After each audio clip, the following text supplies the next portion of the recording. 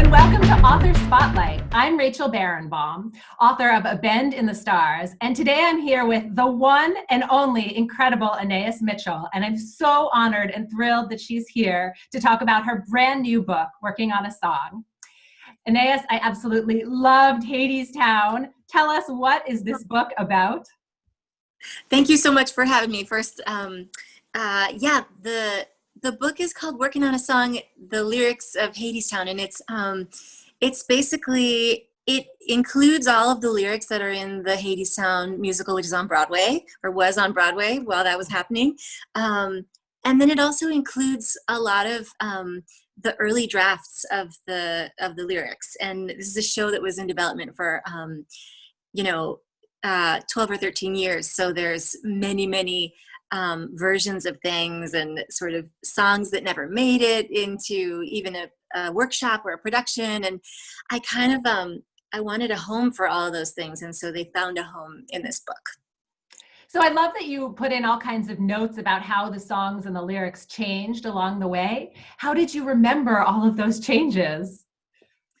I had to do research. I mean, I had to like go back and go deep in my Word documents. And I reached out to like the stage manager in London and was like, "Hey, do you have the rehearsal script from London?" And I found some stuff like written by hand in like a shoebox full of old lyrics and stuff like that. And I couldn't include it all. I actually had to make some tough choices about what was going to be useful in a book that was. I wanted it to be useful for people that might be fans of the show, but also like people who are creative people that are thinking about the creative process, and especially like people interested in writing a musical, and extra especially people who are songwriters like myself, who sort of come from the music world and then get like a crash course in what it is to write dramatic songwriting. You definitely gave the crash course on what it was to write, because I felt like you just opened up your heart and got so personal about all of the rejections that you got and people telling you, right, that it's just not ready, keep going. Yeah. Why did you decide to do that, and was it hard? I have a lot of like love for everyone who was involved in the process along the way, and there have been so many people, and a lot of times someone gives you the feedback in the moment. It's hard to hear in the moment, but in the grand scheme, if you're looking back, it's like, oh yeah, I see why they were saying that. And I think the moment you're talking about is like this. There's this moment with the director of New York Theater Workshop, Jim Nicola. New York Theater Workshop is where the show started in New York when it was off Broadway. And Jim is this like really intelligent and loving man. And he gave me so many little tidbits of wisdom that I sort of put into this book. But there was this one moment where, Rachel Chavkin and I had been doing workshops with New York Theater Workshop, hoping that they would give us a production. And we sat down to this dinner with Jim, and he was like running late to the restaurant, and I had started drinking wine before he got there, and we were all like ready for him to sit down and say like, "Ready to go, we're putting you in the schedule," but he sat down and he was like, "The show is not ready." And he had a bunch of feedback about that, and I was like in my wine space, like, very hot-headed about it. But he said that he felt like the show really needed more of a first act, more material at the beginning to indicate a space of sort of joyful togetherness for our leading couple. And for people that know the show and the story, it's like at the end of the show, they're trying to return to that space. And so it was like very important that there be something joyful for them to return to, for us to imagine them returning to. And I was like, he had said that the show was missing a first act, and I was like, absolutely not, but maybe I'll write, a couple more songs to try to paint that picture. And then they turned out to be some of my favorite songs in the show. So it was all part of the process.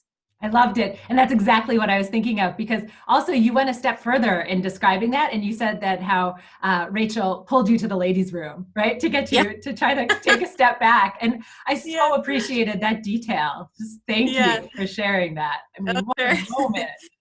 Yeah. Yeah. Rachel's great. I mean, we worked together for many years on the show, and she's very, very encouraging, very, very smart, and also like very tough love like that. And that was sort of what I needed, like, for a project that was going to take this long, was someone to be like, this is what has to happen, and not really, not back down if I was like, but I already rewrote that once, or, she was very, she was, after it becoming the best version of itself that it could be. And obviously, so were all of us that were working on it. So it's beautiful to have a cheerleader and a sort of a tough coach sometimes.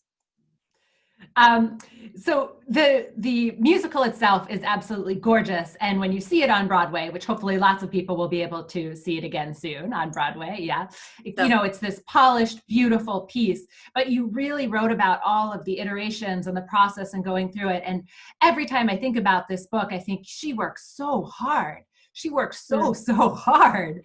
And it's so impressive. And I think a lot of people don't realize how much work it takes, right? Because you see the polished end product and you don't think about the back end. So can you talk about, how you included it and how you feel about working so hard? Yeah.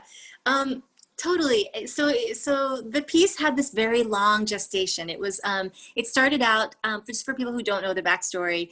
I'm in Vermont right now, which is where my homeland, my motherland is Vermont. And I was living in Vermont, when I started to write these songs for Hadestown. And the first version of the show was this, DIY community theater project, which is like a bunch of friends. There's an early director named Ben Matchstick, a longtime collaborator, Michael Chorney, who's one of our two orchestrators. And we put on the show in this very it was just like all these friends coming together to do something fun in the middle of winter in Vermont. And it was like a very abstract version of the show. There's a lot less material back then, but very magical in its way. And then I made an album of a lot of that music. The show went kind of into the music world and became just like an audio piece. And we toured around playing the show as a concert with different guest singers. Fast forward like a few more years, I was living in New York. I met Rachel. I met the lead producers of the show and started to develop it further. And so there were all these different milestones. Like there was the first show, there was the album, there was off-Broadway, there was Edmonton, Canada, Alberta in the winter, there was London, and then finally we landed on Broadway. And for each of those moments, it was a sort of a moment of fruition, and it felt like, it's done for now, I mean, that's what it felt like. And when we got to Broadway, it was the same. It's like, time's up, like pencils down, the time is up. And I would say that like part of what writing this book gave me a real sense of gratitude about is like that everything that I ever wrote for the show, or that anyone who worked on the show ever created, like any note of arrangement, any costume idea, any staging idea, like all of those things kind of exist underground in the sort of DNA of the show. Like what you see on the stage on Broadway is the blooming, flower, to use like the metaphor of Hadestown. But then underneath the ground, there's all these, these attempts, these really, other ideas that are some good, some bad. For whatever reason, they're not visible or audible, but they're still part of the piece. And that really was helpful to me to see that like those wrong roads that you go down it's not for nothing, it's not futile. It's not like it was wrong until it was suddenly right. It was like all of those wrong ideas kind of alchemically conspired to create the right idea.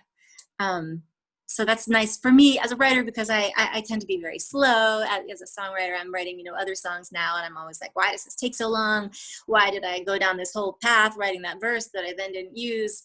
But that's part of it. It's part of the process. So do you have advice for new writers, whether they're writing songs or books? Mm. Mm. Wow, I never think of myself as like the person to give advice, because I feel like I made, especially with this show, it was like such a circuitous route. Um, I would say there's there's a dance. The whole process of creation for me has been a dance between the sort of following of the muse and the instinct, the unexplainable ideas, the mystery, that you have to honor, or else why do you put in the sweat? Why put in all that work? And then also like the very tough kind of relentless, patient work that is bringing the thing to fruition. And both of those things for me have had to be present. Sometimes you can't always feel the muse when you're sitting there at the desk.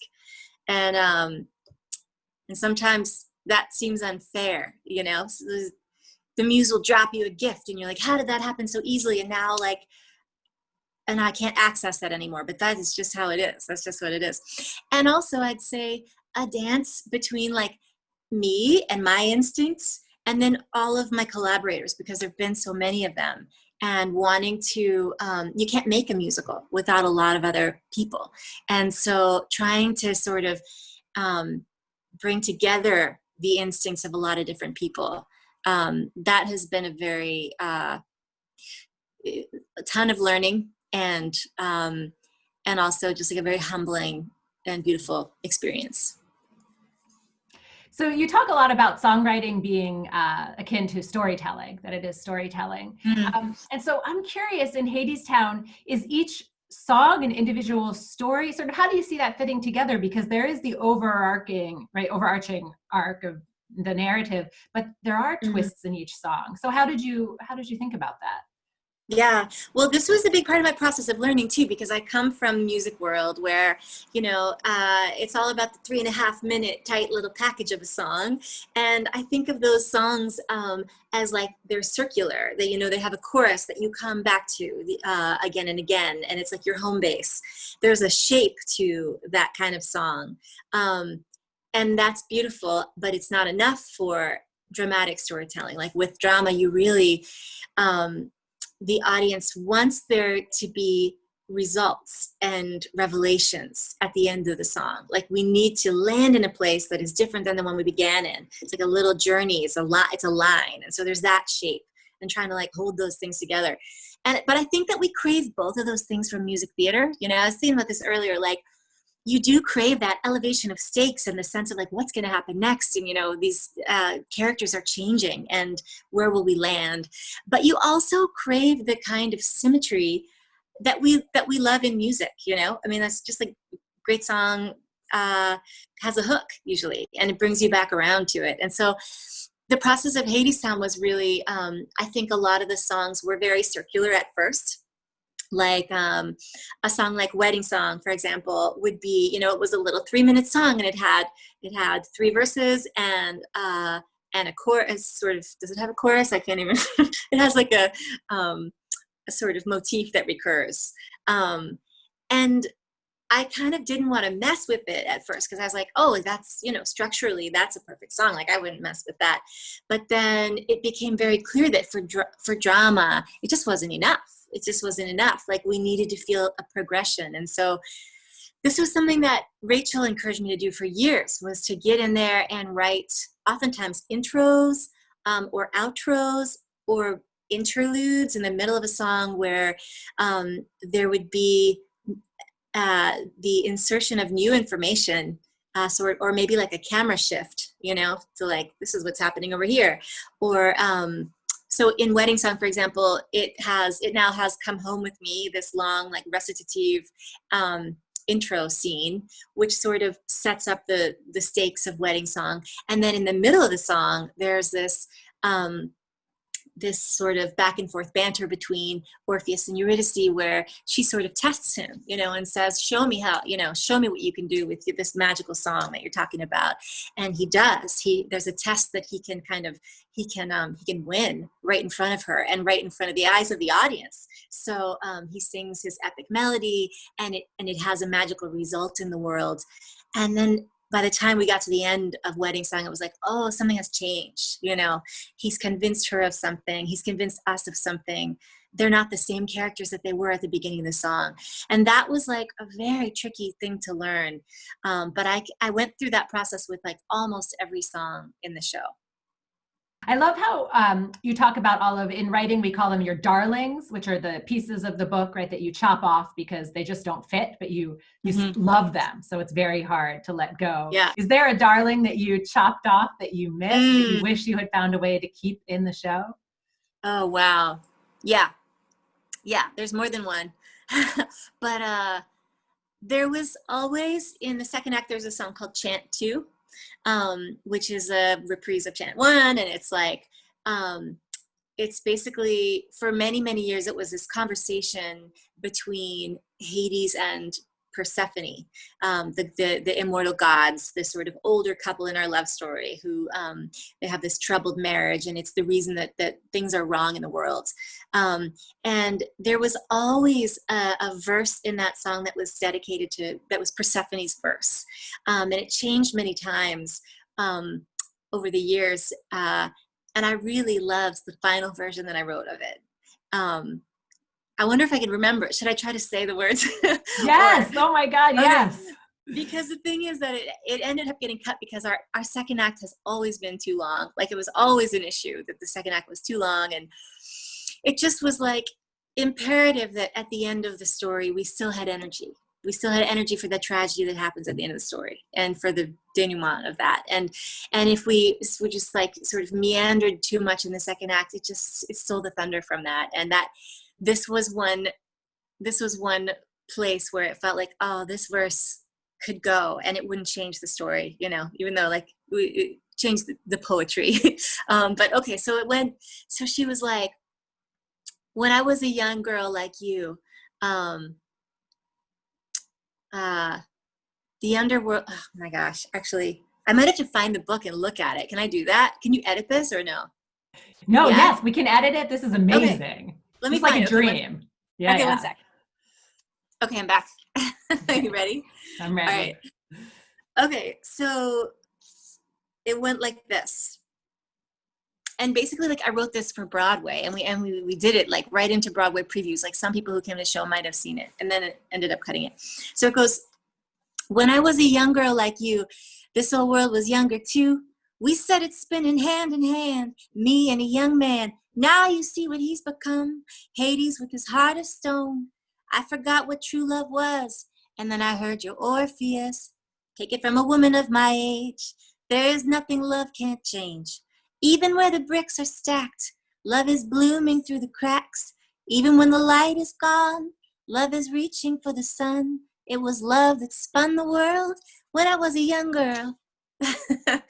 Wow. So that's I always loved that, but it had to go. But it has a home in the book, so it's all right.